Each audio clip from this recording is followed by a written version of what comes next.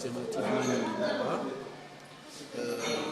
qui a comme thème principal la transition énergétique. Comme vous le savez,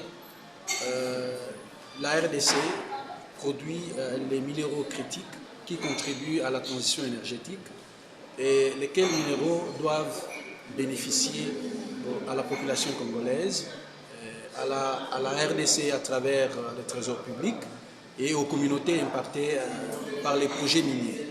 Donc ces minerais qui contribuent à la transition énergétique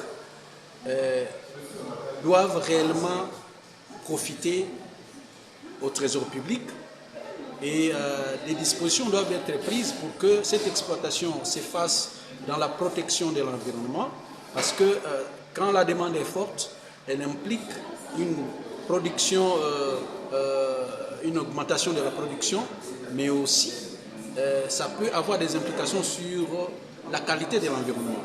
Donc les dispositions doivent être prises pour que l'environnement soit protégé et que les revenus tirés de cette exploitation puissent réellement contribuer au développement.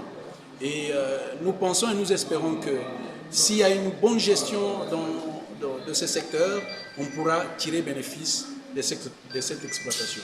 Je crois que l'organisation de cette édition sera d'une importance capitale parce qu'on ne peut pas aujourd'hui parler d'autres domaines sans parler de la transition énergétique parce que aujourd'hui nous avons les voitures que nous avons ici et après un certain moment il faudra les changer pour que ça soit des voitures électriques. Et vous savez que nous avons, la RDC a des minéraux qui contribuent à cette transition énergétique qui doivent être capitalisés. Donc c'est le moment pour la RDC de pouvoir tirer réellement bénéfice de cette exploitation, que ce soit du cobalt ou d'autres minéraux qui sont exploités pour la transition énergétique pour que réellement la RDC puisse gagner.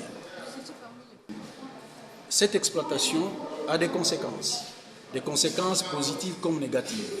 Les conséquences positives, c'est qu'on aura des revenus qui vont augmenter, que ce soit du côté des entreprises minières ou du côté du trésor public ou des provinces ou des entités territoriales décentralisées. Et que ces revenus doivent réellement aider au développement du pays et des entités dans lesquelles l'exploitation s'est faite. Et au-delà de cette exploitation, c'est que nous avons aussi des craintes, nous avons des risques. Il faudra que tous ces revenus qui seront récoltés à travers cette phase de transition énergétique puissent réellement aider au développement des entités. Donc que ça soit très bien affecté, que ça soit géré dans la transparence pour que le développement se fasse sentir à travers le pays.